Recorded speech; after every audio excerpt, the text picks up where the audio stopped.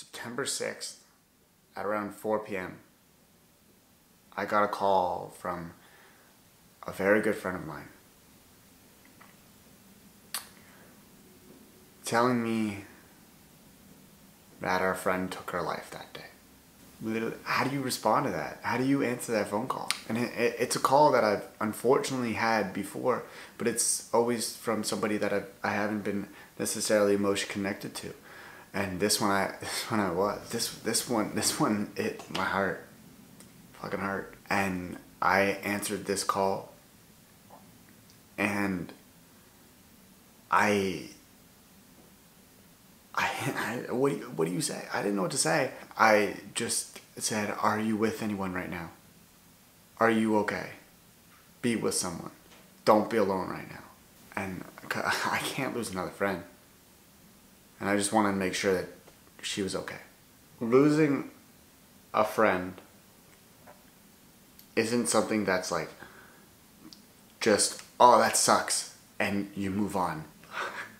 I don't even know what to say. Like I've been trying to figure out how to make this and to say it to people. And I barely told my mother. I didn't tell any of my friends. I couldn't tell anyone because I didn't want to say it. I don't want to say it. I never want to say this. I've never wanted to say this ever. One of my very good friends took their own life. And and they're not coming back. And I felt like it was just easier to tell everyone at once rather than people individually.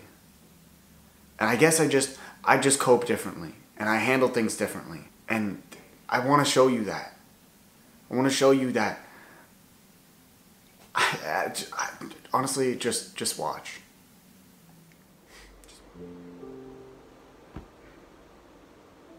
I hate how it's sunny outside. I hate how it's such a nice day after something so bad just happened, and they're not here to see it.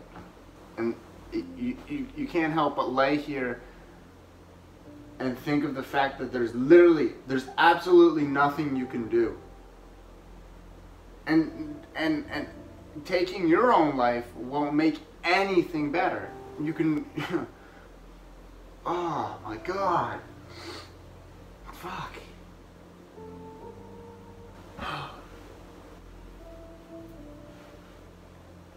It's hard.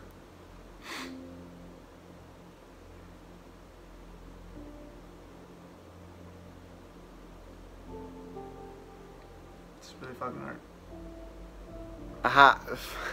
How are you literally supposed to go throughout your day every single fucking day and think that this is right? That this is gonna get...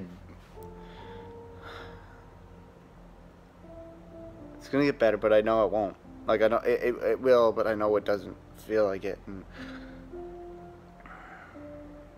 it'd be a lot better if they were here. I genuinely think I'm gonna be in shock for quite some time, and I think that's okay. But the hard part is, and I know this is very like 2018 to say, but seeing their face again on my phone, or popping up on my computer, or when I get a notification on Facebook that it's their birthday. It's gonna fucking kill me. I just logged onto my computer, and there's a photo of her is just sitting right here. There's a photo of her on the day that it's just sitting here. How many photos am I gonna see and think this exact same thing? A photo is here. Or how am I gonna go on Instagram and search up her name like I normally do every week? Her Instagram's here. But she's not.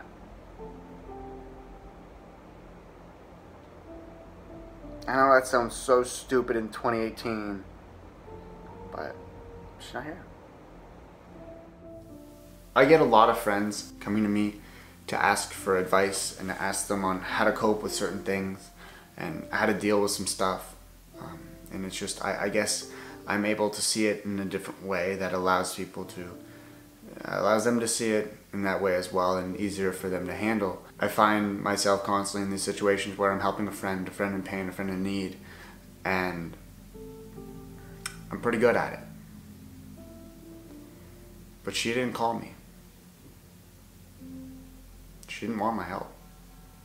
When your friend takes their life, you can't help but think that you could have been there to stop it or prevent it or anything, but it doesn't work like that. It's almost as if you're just pushing the due date back more and more. When somebody gives themselves a due date, they intend on using it. And your goal as a friend is to distract them from even remembering that due date. And the worst thing is that you think you could have been there. You think you could have been there to stop it. And personally, I know that I'm very good with advice. I get a lot of friends asking me for advice, and I felt like I know I could have prevented it. I know I could have pushed that back. I know I could have been there to stop it, but I wasn't there. And I think the worst part is that they didn't want anybody there. They didn't want anybody to stop it. I know I can't put that guilt on myself because I shoulda, coulda, woulda. I know that's what they wanted in their life, was to end it. Now, how I cope with things is I don't think there's a right or wrong way to coping and grieving, but I do it in a very different way. I'm somebody who has everyone and their mother coming to me in order to vent, or to that's their form of coping, is to get it out and talk to me. But on my side of things is that I don't want to tell anybody. I think I'm still in shock for a lot of it, and I guess I just don't want to believe it. I do this thing where I just cut everybody out of my life, and I don't know how to handle it. It's easier to do it alone than to disappoint somebody. And like I lost a friend, and that's something that I'm never gonna get back. I can't get them back. Why would I want to talk about that with somebody? Maybe I really do. Maybe I really want to talk to somebody. Maybe that's why I'm making this. But not talking to anybody, acting as if the problem's not there, is how I'm coping. Sitting down and thinking that I'm bettering my life by not talking about it, not sharing my problems with somebody, or not sharing my feelings with somebody, is me thinking that I'm benefiting myself when really I think I'm hurting myself. I know I am, because in this situation, maybe if I was just there and they talked to me, I could have helped. Maybe I should talk to somebody. I don't know. So, as we've established, I cope a little bit differently, and so does everybody else. And this is a very difficult situation in order to cope with, in order to deal with. And it's something that is going to take time. It's honestly just going to take time. It's not an easy Apple fix repair where you bring it in for an hour. This is something that you're going to deal with for the rest of your life. But to help you on the days where you just need that little pickup, hopefully these few little tiny things can help you do just that, because they're helping me, and it's kind of what I'm doing. Number one is to hang with friends. Surround yourself with, honestly, a distraction, positive distraction. Number two, spend some time with a pet. And if you don't have a pet, well, go spend some time with somebody else's. The animals are just very lovable, and they know how to take care of us. I don't really know how it works. I don't know the science behind it, but literally, when I'm sad or if I'm in a bad mood, I go see my dog, and he makes everything better. Number three, physical activity. I like to go to the gym and get a little pump on in order to release some angst, and I'm a little mad at the world that they put her in this position, so I want to beat the shit out of it. So I go to the gym. And the last one is to grieve. You just lost somebody. I just lost somebody.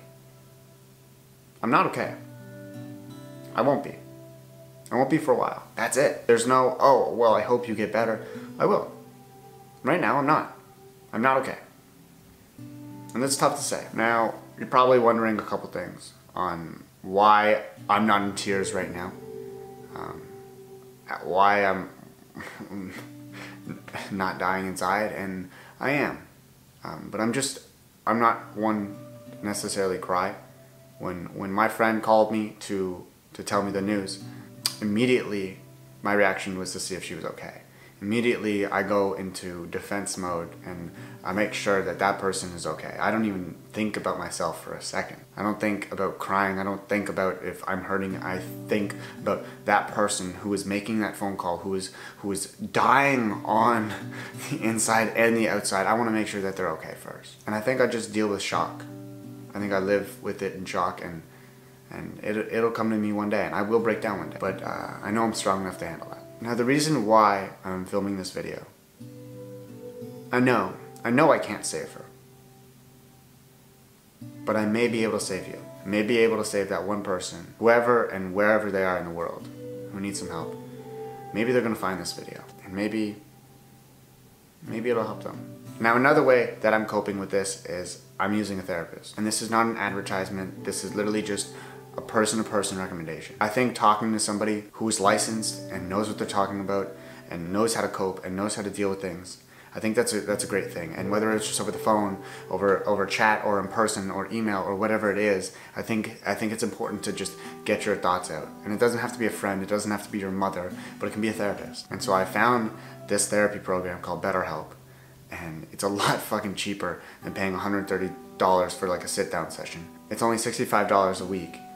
And it's been really helping me. And if you find yourself in a position where you need to talk to somebody, please. The link is down below, and it's even cheaper than what I mentioned because I reached out to them and I was like, I'm going through this really tough time, and I know a lot of other people are too, and I want them to get help. And I've really enjoyed my time using this therapy program, and it's amazing. And if you need help, or if you find yourself in this situation, which I pray to God you don't, please just talk to somebody. And if it's BetterHelp, the link's down there, and I really recommend them. And there's no way to end this video, so I'm just gonna say, I don't know.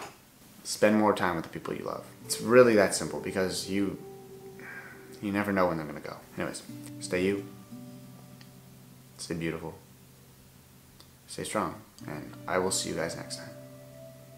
And listen, you don't have to worry about me. I'm gonna be okay. I will.